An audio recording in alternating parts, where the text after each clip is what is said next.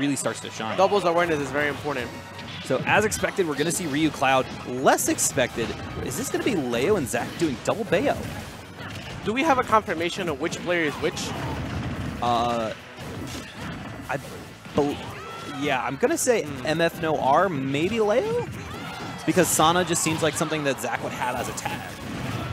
Yeah, at this point in time, we're just going to have to... we're gonna hope. Yeah, we're going to have to actually find out after this game right now.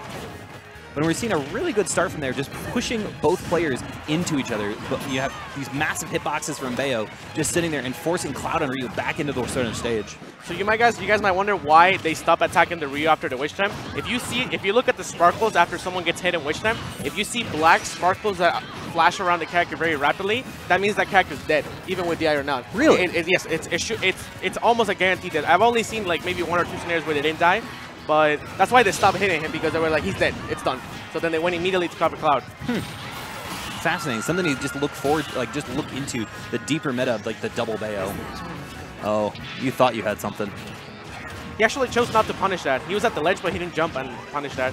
Maybe he was a little afraid of the angle. This matchup just seems very difficult for Ryu. What I can tell is that Ryu is not a very mobile character. As you can see, Ryu is pretty much like a sit and duck in this. Cloud has to be the one setting up the pace of the match, but it's very difficult for Cloud to swing too much. Yeah, I mean, that was I mean, that's the design of Ryu, though. I mean, think about it. He's set as that that walking wall. He's going to come in with fireballs. He's going to come with back airs. He's going to find ways to get in. And then instead, oh my God, 3 Witch Times in a row. You see that platform drop with a back air? He read the incoming grab, the incoming dash, double. So there's a trick, right? If you get Witch Time and you hit the Bayonetta that did the Witch Time stops. It'll break it, right. And the Witch Time there actually occurred from the hold of the neutral air. Bullet arts, even across stage, are capable of causing the Witch Time to proc. I love that play. Instead of freaking out after his partner got Witch Time, he immediately went and hit the correct Bayonetta. That takes awareness. It's really hard to be able to tell in time what's going on because doubles is very hectic. So you have to be able to make decisions really quick. That's probably one of the biggest skill sets about doubles. He actually held up on that throw. If he didn't hold up, he would have died there. I'm trying to figure out just how Ryu's going to get down against 2 Bayos. It just seems so difficult. It does. Like he can't really get much going. He's at 100% right now. He is at a good percent to make a play, but it's very uncomfortable because you can get edge guarded. Yeah, he has to be very, very careful in this upcoming seconds. Sitting at 135 now, I mean, you're looking at maybe 50%-ish on Bayos before Shoryuken kills. Oh, big punish now. That was almost an optimal combo. He wanted to get the sour spot. Gets it again! He might die right here. He might die. Barely. I think that was the aerial Shoryu that prevented that, because that looked like at 70%, Bayo should be dead from that, and that is going to be it, unfortunately. Ned left alone to fight off against the double Witch. This is doable, though. They're both at kill percent. Oh my God, that was one hell of a read. He was basically contested him to force him to down air, but Ned was actually really smart and said neutral air, which means that it's a little safer. It's a little harder to Witch Time neutral air than down air. It's not good. Bad. You notice how one of the Bayos covered the roll and the other one stayed on the ledge? You just stand there and watch. You know, and that's the benefit of having those 2 characters. You're stuck in Witch Time having to just pray that, I mean, maybe you can jump from that. Maybe that's going to be the one to save you. But, like, stand up and roll were both covered by the Bayo on stage. So when Witch Time gets done, wait, do we have a confirmation which one is who? Okay, we don't. I'm going to go on a guess here. Okay, we don't. All right. I wish we could like get an angle on their controllers. That may give us some kind of insight, but unfortunately their backs are to us. So guys, place your bets in the chat.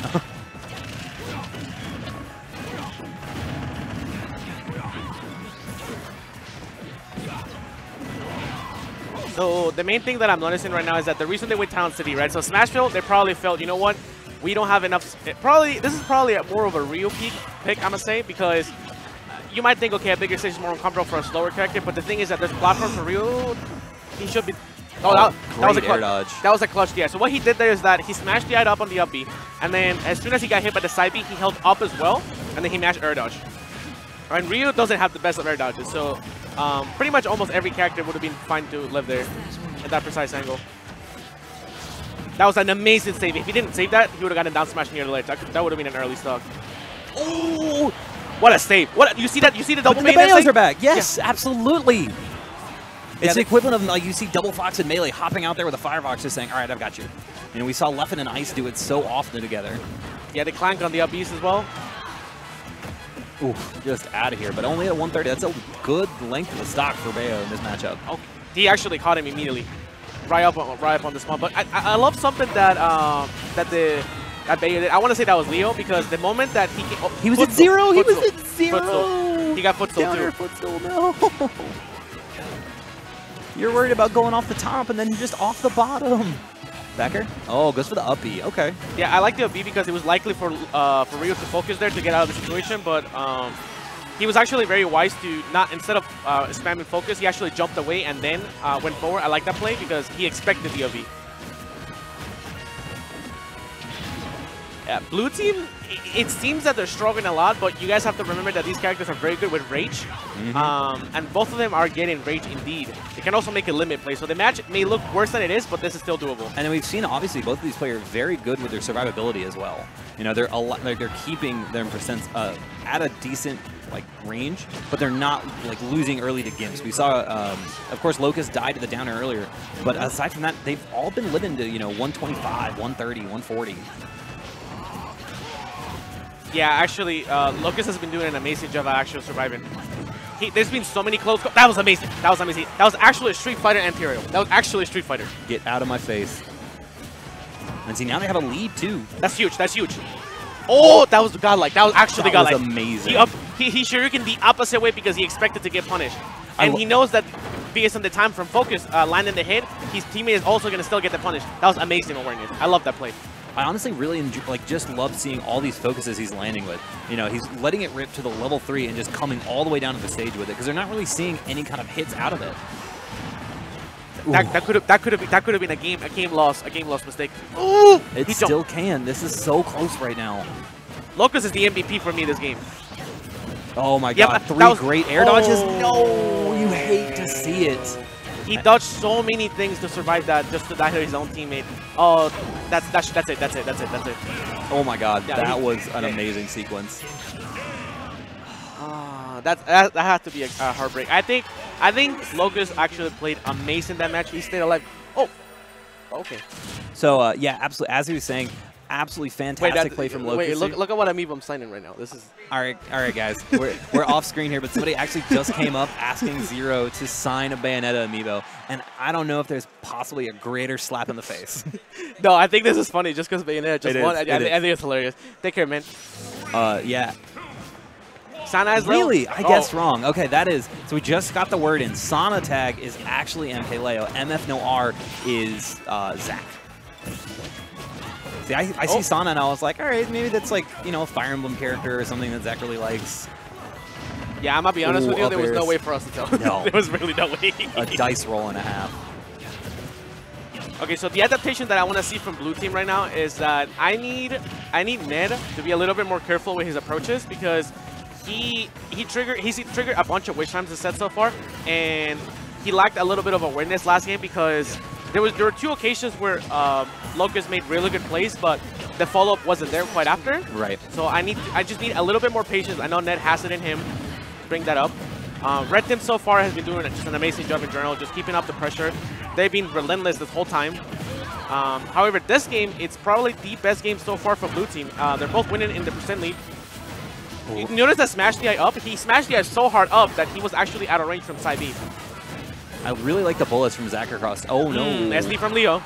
But the bullets across stage just doing a really good job of just annoying blue team, not letting them get into the position they want for the punish. Ned actually landed a back row with Captain Zack, and then immediately went for a dash grab because he expected the wish time. And then the wish time actually came right after. Just a really neat sequence there. Ned actually hitting Leo out of the witch time animation, allowing the Tatsu to then fully rip off in Zack's face. Wasn't expecting it. I love that confidence between teammates as well. Locus landed an up tilt and then let. You hate that. You hate that. But then he let his teammate actually finish off the kill. That's important. Sometimes you don't want to make it about you. You want to make it about what's gonna work instead. You have to work together to win. It's not about who has the most medals at the end of the game. Another thing I'm seeing a lot of, we're seeing a lot of those light up tilts on shield. One of these times, I'm gonna need Locus to just let that collarbone breaker rip. Okay, so he went for the strong up though, right? Right. And then right after that, he up B the opposite way. He tried to actually kill both. There goes Bayo, but there, oh no, down, away again. We've yet to see Locus be taken off the top by that. Fantastic SDI so far. I'm not gonna lie, it gave me anxiety when he actually up B to the top of the level right after being in a spawn. He's a brave man. Here potentially goes Ned. Oh, gets out the bottom though. Yeah, he smashed the iron down because when you have limit, oh, wrong way. Yeah, he got a little flub. But basically, when you're Cloud and you have limit, you fall off faster. So it's wise for you to smash the iron down because it's kind of like a multiplier. Right. There, see, all right. Finally see the collarbone breaker there. It doesn't connect with it, but it's that simple switch up that your opponent may not be expecting. And a shield break in this scenario, it will result in the death of the Bayo, absolutely. You notice that cross up? He did up tilt and ran behind him because he blocked the up tilt and then up B. A strong up B at that too. Oh, the Clouds now we see Ned. Both Ned and Locus at low percents right now. One up tilt will finish off either Bayo from Ryu. I need Ned to rush limit right now because if he rushes limit, it's much less likely for him to get gamed because if he gets gamed, they might lose his game. Right. And I mean, Yeah, just don't freak out. He's gonna go below it. Yep. Oh, the other Bayonetta tried to finish it off. That's dangerous. Oh, the up air! The weak upper, fallen. We apologize, headphone users, but we get out of that. You know, once again, you talk about how Cloud can SDI down, gets out of that, and just tosses the up air up top in the blast zone. Bayonetta is gone. Cloud is one of the best characters at getting out of Bayonetta combos because if Bayonetta actually misses the combo, he can mash up air, and if you get hit by up air, obviously at the top of the level, you might die very early. Absolutely. I mean, and even that was close to 100%, so Bayo was definitely dead from that. But, you know, that's a point on the board. There's going to be two. Oh, no. Lala. Yep. You looked away and you even knew. It's just like, yeah, we're going to Lilat. So 2 straight games most likely on Lilat now for Ned and Locus to win this set. If they did not ban this, then I want to say they probably banned Battlefield or Battlefield Dreamland. I want to say platforms. Probably the high platform will be very annoying for Locus to get up. I love that up smash. He was thinking about 2 targets, not just one with that decision making. Oh, got him. Very good. We've seen a lot of that too. These full charges on focus have been so good.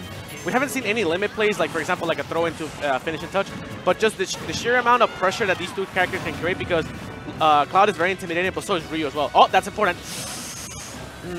He was holding away, but not down and away. It didn't look down to me. So the thing about that first strings is that you wanna press down and away, and sometimes you wanna press down and in, depending on how you get hit. There's a bunch of different ways you can DI that move. But to me, in that scenario, maybe it would have been more wise to DI in, strictly because it's doubles, because you give your teammate more time to help you. Right, and even if you do die from that, it gives Ned the chance to come out and potentially kill Bayo as well. Yes, because it will take quite a while to get over there.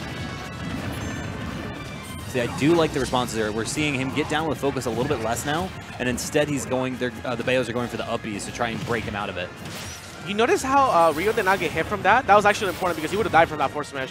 The grab actually gave him, at least did not let him die from it. They have blue team actually has a decent, I want to say it's a decent lead, but if Locus does not die here, no, that's extremely unfortunate. That's gross. That was they went from winning to like actually being a little like behind now, but right. This is okay because if they've killed them both first, then they might still have a lead. But killing Bayonetta is a little bit of a struggle. There's one. That's very good. That's very good. Oh, that's a dead Cloud. Oh no, he got limit. Down smash. Okay. I guess he wanted to focus too much on like spiking him. If he went for up smash there, he would have killed him regardless. All right. 2 for 2 on Bayo stocks right now. Ned's going to have to keep that last stock alive for a little bit. Try to take advantage of that rage. Ned needs to start focusing more on Locus because he keeps getting like hit into this forwarder scenarios. As you can tell, he keeps getting dragged off the level without being into forwarder, and Rio can't do much about that. Rio doesn't have the best of recoveries. No, absolutely not. You see Ned actually flying from under. That was too overwhelming. That was too overwhelming.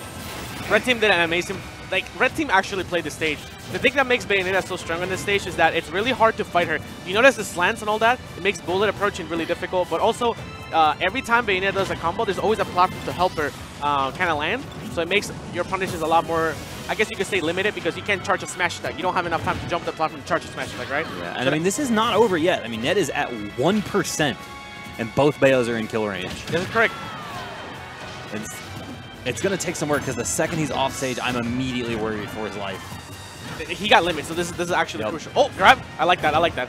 He actually went for the over because he expected the Bayonetta to jump. I expect the grab right here. I mean, Bayo wants to block Cloud. I like that neutral air. Very safe. No. And this will probably be it from it. Yep. Oh, that DI killed him. The DI killed him. Okay, so what happened is that he DI'd the side B up. Okay, so the way you want to DI this, the problem with side B is that if you DI up the side B at lower percents, you might get out. Right. However, if you're a higher percent and you DI up like that, the upper sends you more up than it should, and then it kills you up from the upper, right? Without using the up B. What I think he should have done there is that he should have DI'd down the side B, maybe into him, but I'm concerned of the end because the other Bayonetta may hop in an upper. Yeah, and especially lurking right below there, you've so many plethora of options. You're just like, all right,